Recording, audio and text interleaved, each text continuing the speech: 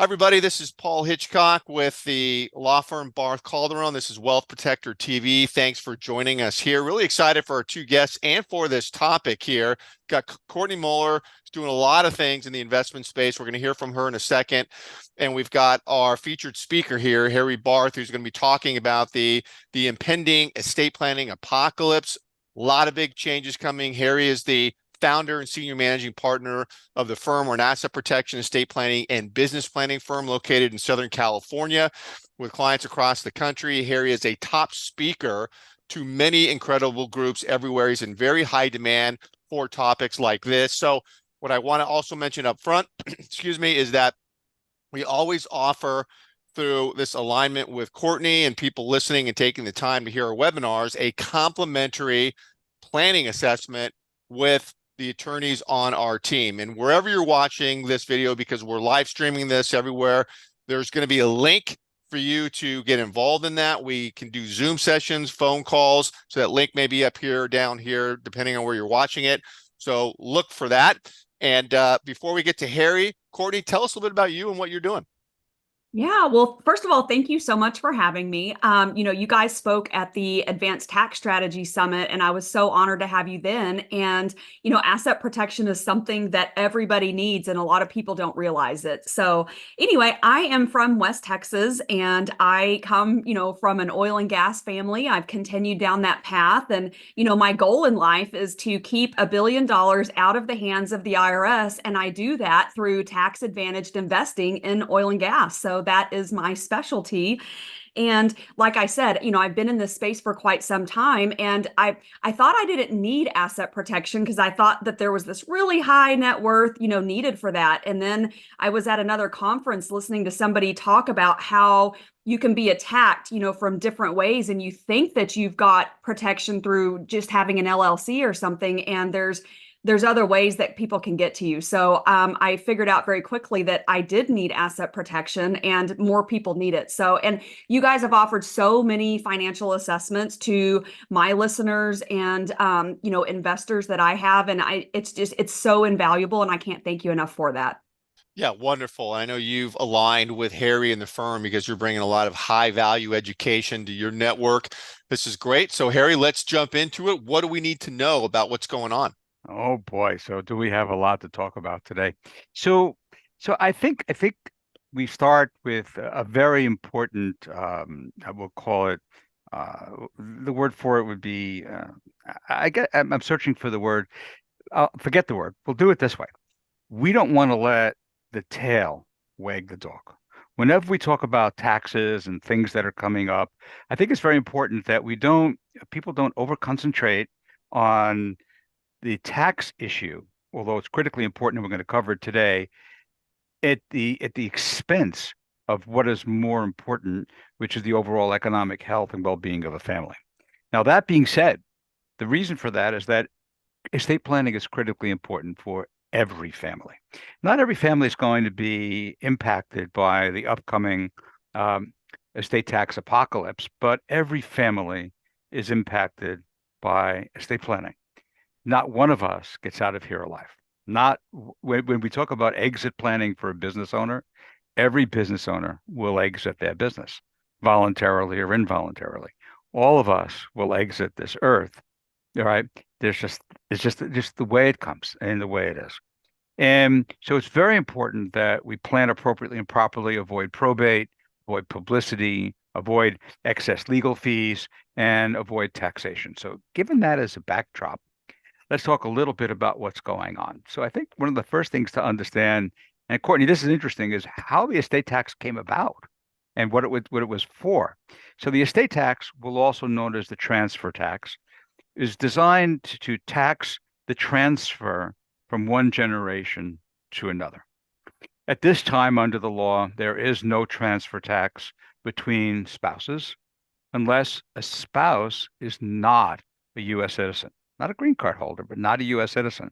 If a spouse is a green card holder but not a U.S. citizen, the unlimited exemption between spouses is not applicable. So the estate tax was actually funded to finance the Spanish-American War. And the government didn't have enough money to pay for that war. So they came up with the estate tax.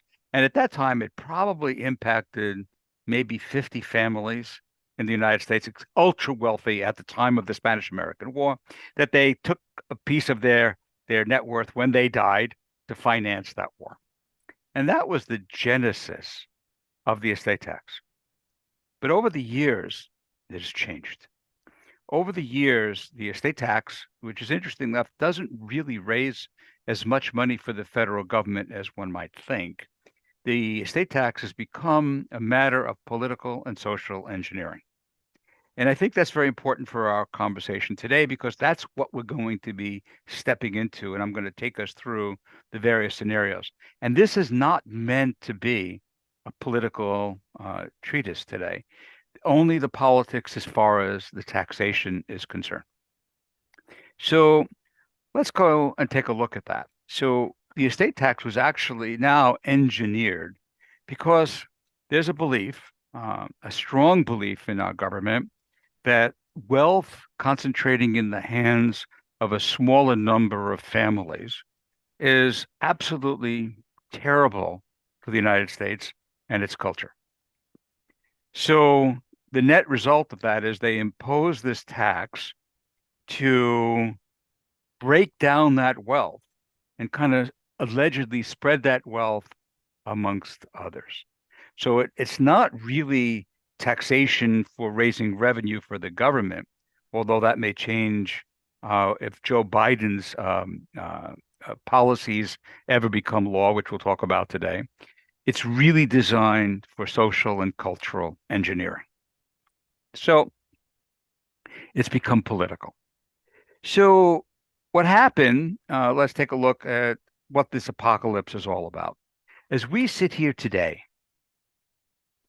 we have the largest estate tax exemption that has ever existed in American history.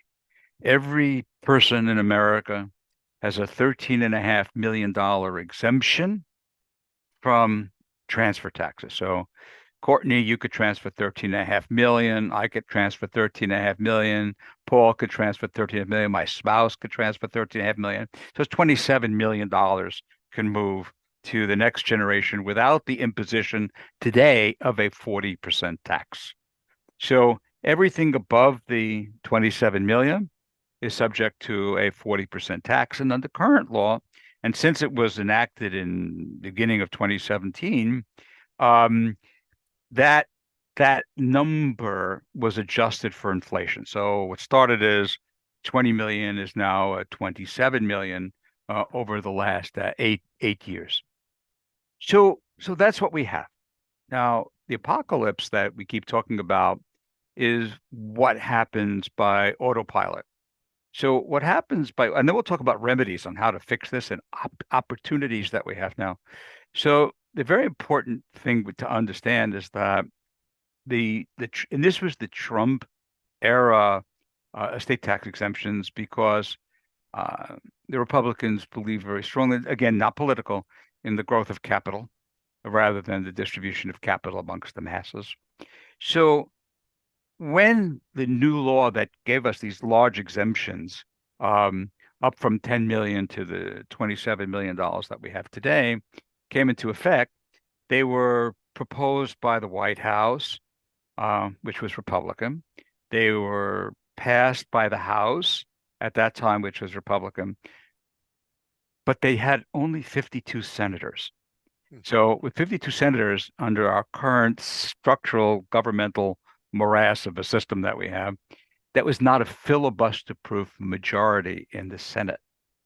So they had to use a process which is known as budget reconciliation, which means that they could pass law that didn't require 60 senators, but required more than 50, but it wasn't permanent.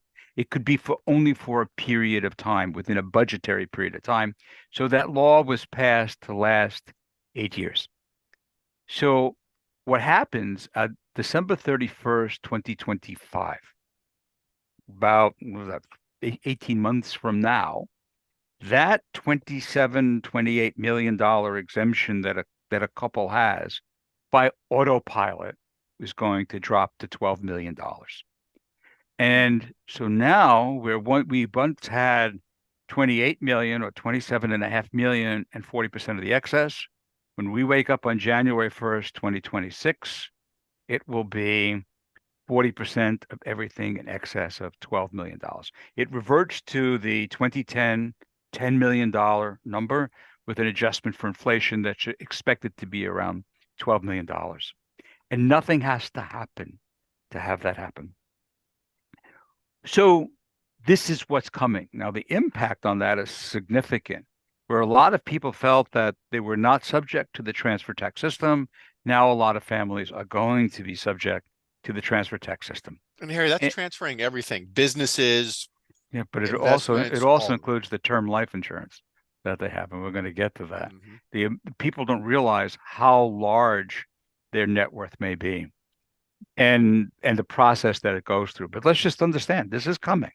All right. So how does it not happen? So first we understand this is the default. No one needs to do anything for this to happen. We just wake up on January 1st, 2026, and basically it's a $6.4 million tax increase for every family in America that has a net worth that's greater than basically $12 million.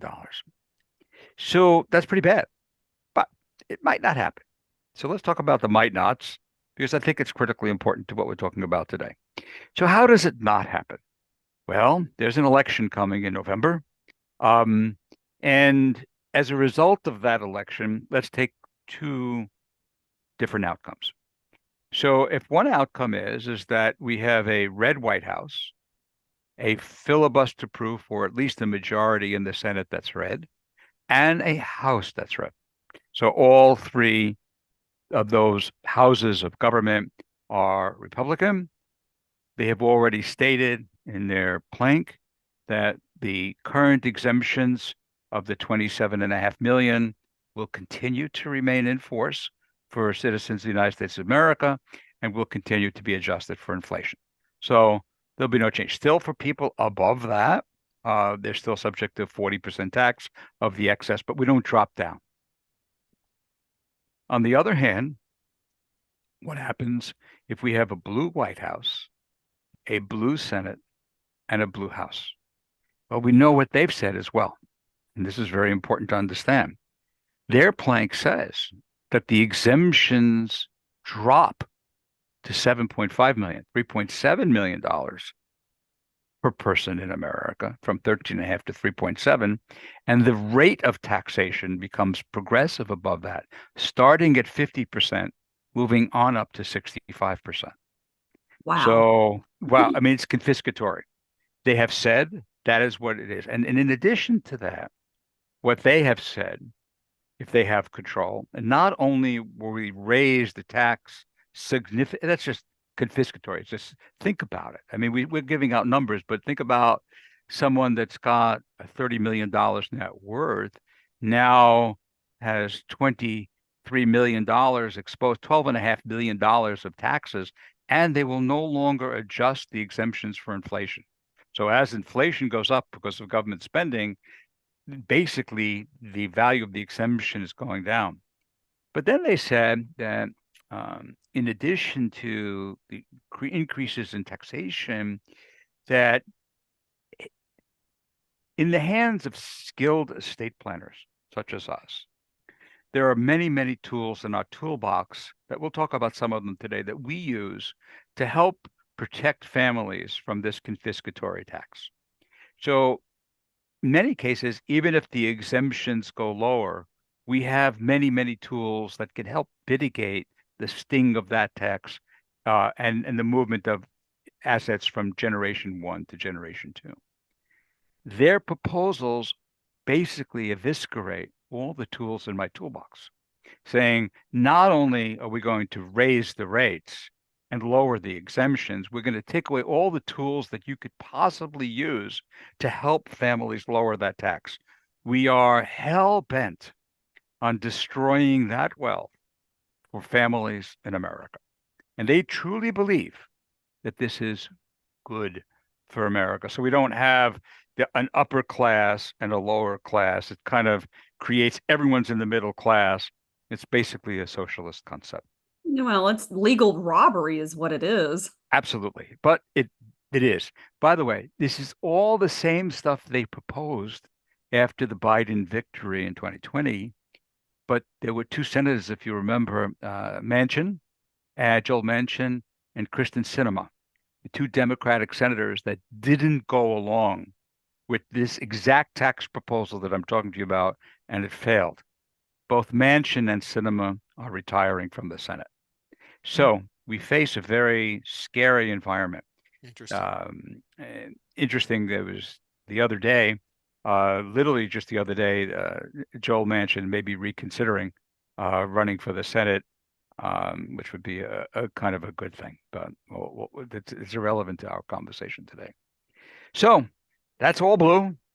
What happens? Horrible. That's all red. What happens? Good. But more likely than not, it'll be $12 million and 40% of excess of everything in the excess of that. So that opens up an opportunity for a bunch of planning. But as Paul indicated earlier, let's talk a little bit about how a net worth is calculated that's subject to estate tax. First of all, it's everything that we own. It's the businesses, it's the oil wells, the money in the bank, it's powers and rights that we have. It's also our retirement plans. So when you think of the retirement plans, people that have $1 million, $2 million in their 401k or their pension plan, not only are those subject to state and federal taxes, they're also subject to federal estate taxes, which could wind up almost 65% being lost of that retirement plan that we worked all our lives to set aside. 401ks, Harry? 401ks, all retirement plans are subject to income taxes that never been paid and subject to estate tax if we're in a estate tax city. And what a lot of people don't recognize, and very important to today's conversation, they say, well, I had one the other day, well, I'm at $9 million worth of net worth, so even if they drop it from, 27 million down to 12 million, we still have $3 million of a cushion. And as I was analyzing their fiscal situation with them, we got to the subject of life insurance. And I looked, and he was a physician, he had $10 million worth of life insurance, and his spouse had $5 million worth of life insurance. They were both physicians. So they had $15 million worth of life insurance. And they were the individual owners of those policies. So it was Dr. A, his spouse was the beneficiary, and the owner was Dr. A. That's the way a traditional life insurance contract is set up. And then I said to him, do you realize that $15 million is included in your estate for federal estate tax purposes? So he says to me with a tremendous amount of gusto, but my agent told me that life insurance is tax-free. And he's correct. It is income tax-free, the proceeds, but they are subject to estate tax if you own those policies. So therefore, that would take your net worth from 9 million. I think the math is to 24 million, 15 and 9. All right, 23 million, 24 million. And now take $12 million away as an exemption, leaving $12 million open to taxation and a tax of about $4.8 million. And that $4.8 million tax was created just by the life insurance that you own. So for all of our listeners today, maybe we should take a look at two different components when we look at what our estate is that's going to be subject to that taxation. We now learned about the life insurance. So when we look at that, we say, okay, what can we do in this period of time that we have left before the changes of the law? So there are tools that we have in our tool belt. One of them is known as an irrevocable life insurance trust. So we could have established for these two physicians irrevocable life insurance trusts. And by gifting the life insurance to these irrevocable life insurance trusts, and should they live at least 3 years from the time of our transfer of the life insurance, the irrevocable life insurance trust, the insurance will be out of their estate. The $15 million will remain income tax free to the beneficiaries, and the proceeds will not be subject to estate taxation, a savings of $4.8 million. Wow. But unless you look for it, unless you analyze it, unless you build an appropriate box for it. That's an opportunity lost that could cause the next generation 4, 5, 6, 7, $10 million worth of taxation. So I wanted to bring that to everyone's attention. But then there's another concern that we have to look at. So when you look at, we'll use these physicians again, could be anybody that had a net worth of $9 million. And now we have removed the life insurance from their estate and saved $4.8 million. The next issue of concern for all of us is, Courtney, you're working very hard to have people grow their net worth, to make money on money. All right. And people are working on, they buy real estate, they have oil and gas interests, they have money in companies, they have their businesses, they have all of these things. And more likely than not, whether it be inflation oriented or true growth oriented, or a combination of the two, they're in their, early 50s. If they live a normal lifespan, they'll live to 70, late 70s, 80s, or longer. That $12 million or $9 million that they have will appreciate to $35 or $40 million. So if that appreciates to $35, $40 million, the estate taxation that we're looking at, which is a second death consideration, could be $16 to $20 million, because not only is what we have today, but it's all the appreciation on the value of the assets that we own into the future. So what can we do? So let's talk about some of the remedies that are available and some of the choices that our listeners can make. The first choice that they could make, and always is a choice, Courtney, is they could do nothing. They throw their hands up in the air and say, we don't care. We're dead. You have people that are like that. Say, hey, look, no spouses or no individuals will ever pay any estate tax because it's a tax of transfer on death. So they say, never going to affect us. So we don't want to go through all that complexity. We don't want to spend any money.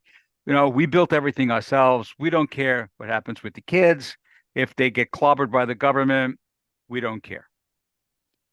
There are people like that. But then when you analyze that a little bit, we take it a little bit further. And consideration. So considerations for our talk today. And that consideration is what is the signature of their net worth? If somebody has 15 or 18 or $19 million worth of liquid assets, upon the second death, if there's a $5 million tax, and that tax is due 9 months from the date of the second death, they can, the children can, or the executors or the trustees can write a check for $5 million, send it to the federal government, and call it a day. No one's happy, saying, why didn't my parents do a better job? Why didn't they plan? But they had the money to do it. But now let's take a look at the more typical scenario. It's not $19 million worth of cash. It's $19 million worth of businesses, real estate, working interests in oil and gas. These are non-liquid assets, but still total $19 million. The federal government doesn't take pieces of real estate or pieces of an oil well or pieces of a business. They want cash. So if we don't have the cash, how do we get the cash to pay that? Well, that means we have to, and more likely than not, because no one's going to lend anybody money at this particular time. So they're not going to be able to borrow to get it. That's very, very difficult. So they're going to have to liquidate or sell assets in order to meet the tax obligation because they did no planning. So not only are they facing now the 40% tax of everything in excess of the $12 million because they threw their hands up in the air, and let's say that tax is that same $4 million. Can't write a check. Well, and depending on how you own those assets, there may not even be the opportunity to even liquidate them at all. That's correct. But let's take a look at that. But let's just pretend that they do. All right. So now they have to liquidate a business or liquidate real estate. So the moment you have to have a liquidation to meet a tax obligation in 9 months, you're not going to get the highest and best price for those assets. We have a gun to our head. So there's going to be a discount on what people pay. If you and I were going to buy a piece of real estate that we know somebody has to sell, they're not going to get our best price. So that's an additional tax on top of the 40%. In addition to that, you have the other issue that comes around in that the market conditions may be such that at the time of death, well, maybe now oil, which was $90 a barrel during this particular period of time, maybe $45 a barrel. Or the real estate is 30%. If we're in a real estate funk or in the 2-year recession, and I have an obligation. So not only do I have an illiquid asset, I have to try to move that illiquid asset during a downturn in the market, and we can't predict death. So when it occurs, that adds an additional expense in addition to all the people that have to appraise everything and help you get this done. This is horrible. So, but some people may have that attitude. So that's an attitude that they have and they can take. That next thing that they could do. So that's one, do nothing. Kind of examine that. Let's take number two. Number two, what they can do is saying, well, I need a pile of liquidity at the time of the second death. It's a second death consideration if they're spouses. It's a first death consideration if single, right? So we'll use spouses for a moment. So I have that same thing. We're anticipating today we would have a $4 million, if the plane went down the wrong way, we'd have a $4 million estate tax liability under the new law that goes into effect January 1st, 2026. It will be a $4 or $5 million liability. So what they can do is rather than go through a lot of more advanced estate planning that we're going to talk about in a few minutes, say, well, let's just buy a life insurance policy to get the liquidity needed at the time of death, which is an option. So what they do is they create a life insurance trust, which is a special one called a wealth creation trust or wealth replacement trust. And they purchase inside there, Courtney, what's known as a second to die life insurance policy. Because it's 2 lives. Because the tax doesn't occur until the second spouse dies. So it's a little less expensive. By buying a life insurance policy in that wealth replacement trust, they now have the liquidity needed to pay because it's estate tax and income tax free, to pay the taxation. And so the assets, the real estate, the working interest, the businesses can now pass to the next generation. And sometimes the kids are working in those businesses without the imposition of the tax, which could destroy the business. Not bad. They could do that, assuming they're in good enough health and they can afford and are willing to pay the premium to an insurance company today for something tomorrow that it's not for them. They're not going to pay estate tax. It's for the benefit of the children. But not a bad thing. One of the concerns that we have is that there is probably a never to be adopted proposal that is in Biden's proposals to basically eliminate the utilization of life insurance trusts. So life insurance is always included in the estate and the government gets 40% of that. I don't think that's going to happen. I think the life insurance lobby is too strong. But you see, remember the goal. The goal was not to get the tax. The goal was to destroy the assets. So if the life insurance company is giving the proceeds to the family that they can give to the government and the assets can move to the next generation, it kind of misses the social goal that they have. And so hence that reason for that particular insidious proposal. So they could do that. And then there's another thing they could do. So depending upon the culture and the tradition of the family, we could do it a different way. So we could turn around and do the following. So let's say Harry's married to Courtney and we have a couple of kids and we have an estate tax issue and problem. And, well, maybe we want to buy some life insurance. Maybe we don't want to buy some life insurance. We have an argument about that, who what pay the premiums for the kids, the kids don't need it, blah, blah, blah, blah, blah, all the stuff that particularly goes on in the family. So let's give them another alternative that they never pay any estate taxes. So let's say Harry and Courtney have $20 million. And let's say that the exemptions for us have down to $12 million. And we have 40% of the excess. So that would have been $8 million subject to tax and a $3.2 million tax. So we go in and work on our estate plan and we change it as follows.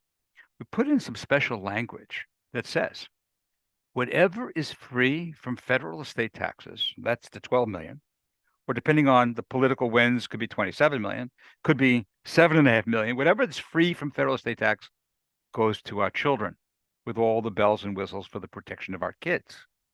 anything that is subject to estate taxes, where the government's going to hit it, will go to the Harry and Courtney Memorial Foundation. All right, the private foundation to do good things on earth because we were here and we were successful. And our two children can run that foundation and can receive reasonable compensation for doing so. So now that extra 8 million goes into our foundation. There is no estate tax. There never will be any estate tax. And our children will work on the foundation, and our grandchildren and our great-grandchildren, and they got to give away 5% a year to charities from that foundation, which is an entirely tax-free charity that we created. We do that for a lot of families. A lot of families. That foundation doesn't get lit up until the second spouse dies. If the estate tax is $28 million exemption and we have $26 million worth of net worth, it never gets formed. So, and then we could say, hey, look, if we're giving 8, 9, $10 million to our foundation, but we really want our children to have the full of our estate, we could have created that wealth preservation insurance trust, bought an insurance policy for 5 million, second to die. Our children get the 12 million, they get 5 million more estate tax free. Our foundation gets the ready. The federal government gets nothing. Everybody wins. It's great. That's awesome. That sounds like a great plan to me. It's a great plan, and my wife and I have done that ourselves. Okay. So, but let's move forward a little bit further and talk a little bit about what else we can do. A very, very critical analysis that can be put forward for the people listening with us today. We have also some tools that would do the following things. All right. So there are many, many tools. You'll hear these acronyms: grant to retained annuity trust, sales to intentionally defective grant to a trust. And you'll hear something called non-reciprocal spousal lifetime access trusts. And we're going to talk about that particular one for a moment. And we'll start by talking about the end result.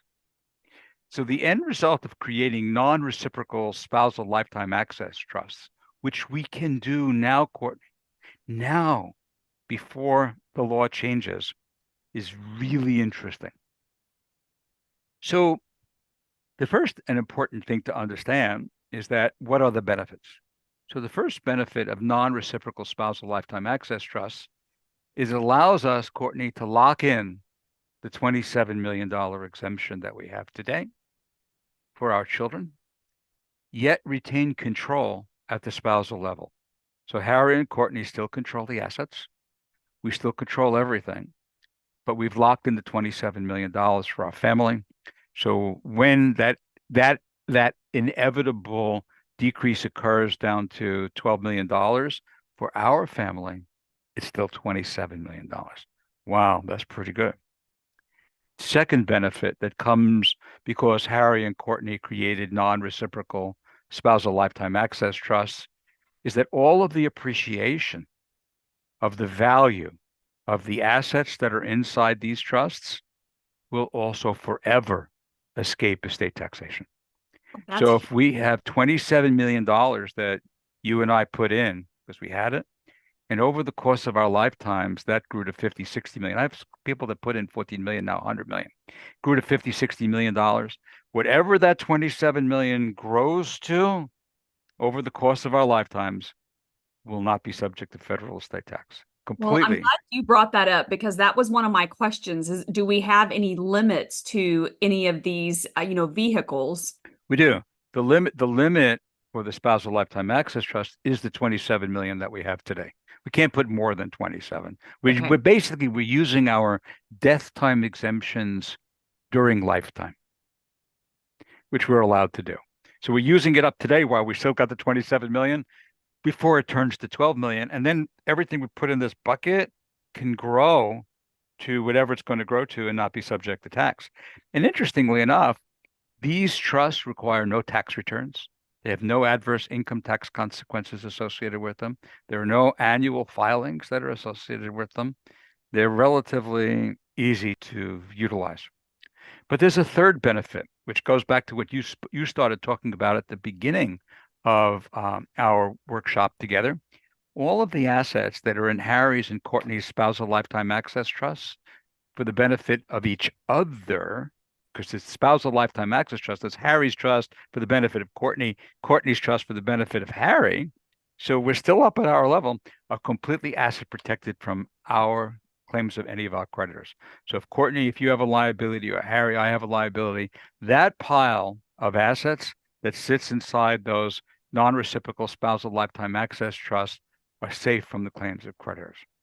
So I think that people who have significant net worth should at least explore the steps, the logistics, the pros and cons of what it takes, much more than we have time to do during our workshop today, of creating spousal lifetime access trusts. And then we can even have transactions with our spousal lifetime access trusts. We can sell assets to those trusts. We can substitute assets in those trusts. So there are a lot of things that we can do with those trusts to make them even more expansive, but we have a very limited time frame. Here's why the limitation is not as long as one might think. The Biden proposals that take away, these are all the tools that we have now that they would take away from our ability to be able to help these families. They would be gone.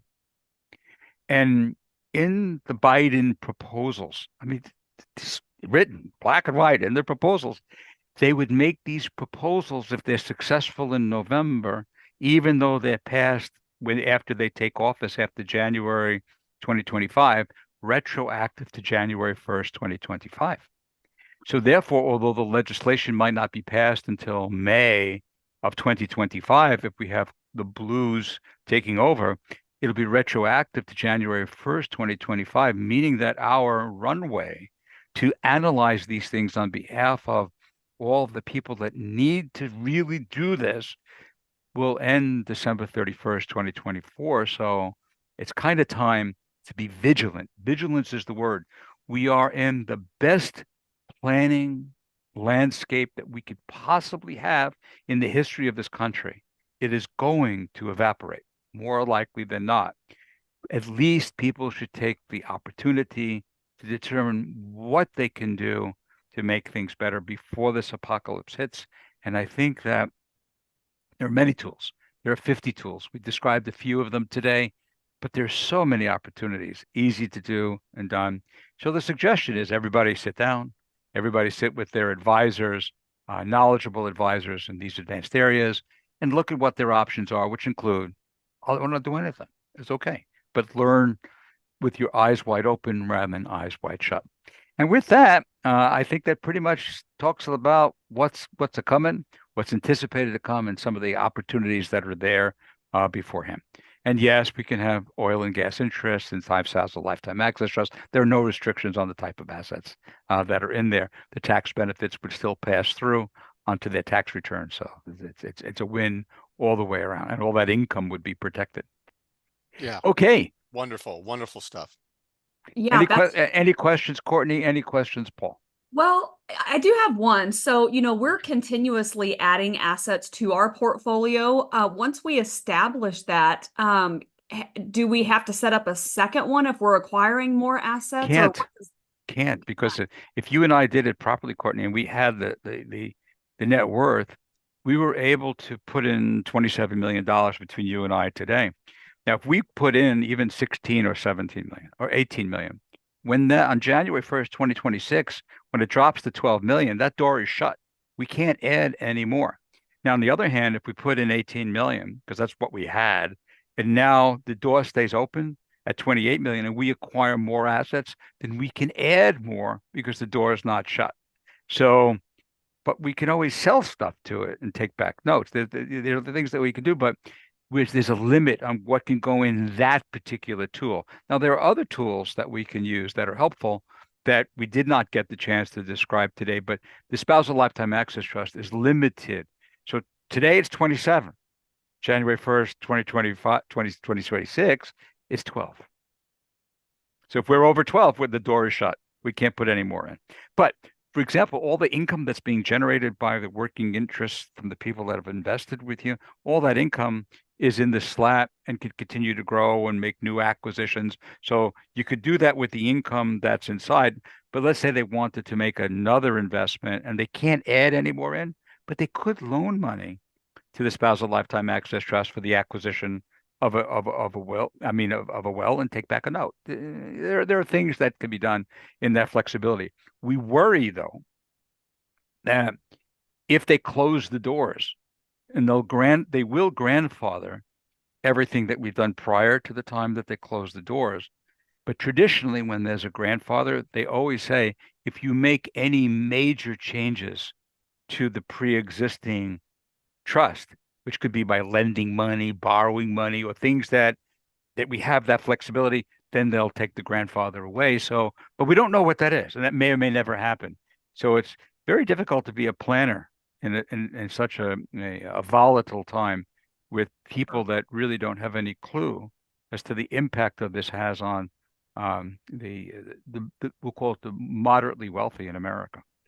Well, and I haven't heard anybody really talking about this. So I think it's really important to share, what's coming down the pipe and Correct. how it affects families, Correct. because we're all trying to, create a legacy for our children and our grandchildren. And so it's really important to address it.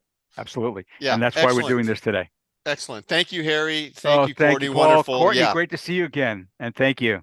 Yes, as always. You made it wonderful. Thank Yep, you. you're amazing. Thank you. Okay. All right. Bye-bye.